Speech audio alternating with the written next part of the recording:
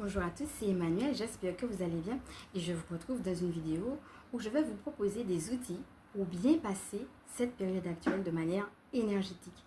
Donc lors de la dernière vidéo, nous avons vu un petit peu un point sur les ressentis. Donc je vous invite à regarder un petit peu cette première vidéo si vous ne l'avez pas fait.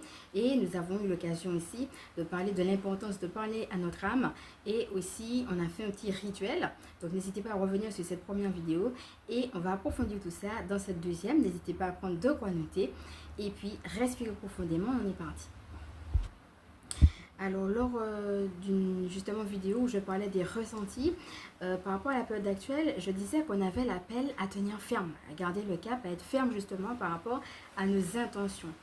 Donc, le cristal de roche, on avait eu l'occasion d'en parler, notamment quand on avait parlé des douleurs physiques qui pouvaient se cristalliser dans notre corps.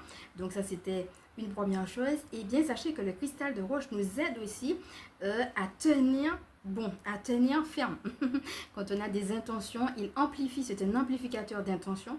Donc, il clarifie, il amplifie, mais il aide aussi à tenir bon, à tenir ferme. Donc, n'hésitez pas à vous connecter aussi par rapport à la fermeté au cristal de roche en lui demandant la grâce d'être ferme par rapport à vos intentions. Donc, à la fois, vous pouvez prier vos intentions avec le cristal de roche. Donc, par exemple, vous connectez au cristal de roche, lui confier l'intention et puis après, par exemple, méditer sur l'intention.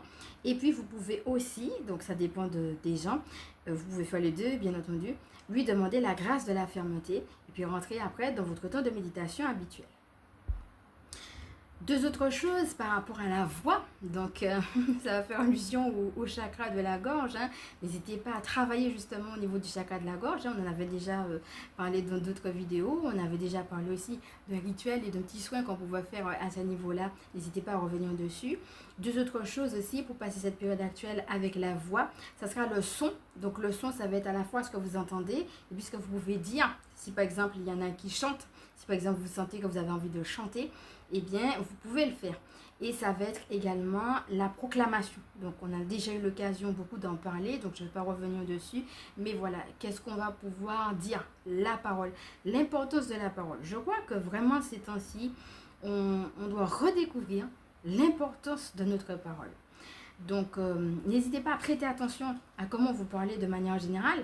Qu'est-ce que vous dites de vous? Qu'est-ce que vous dites aux autres? Comment vous en parlez? Que ce soit par rapport à une situation dont vous parlez, que ce soit aux gens, de manière générale. Ça serait intéressant déjà de voir où est-ce que vous en êtes par rapport à votre parole. Et puis, par rapport à ce constat-là, où est-ce que vous pouvez porter une amélioration. D'accord? Donc, parfois, la parole nous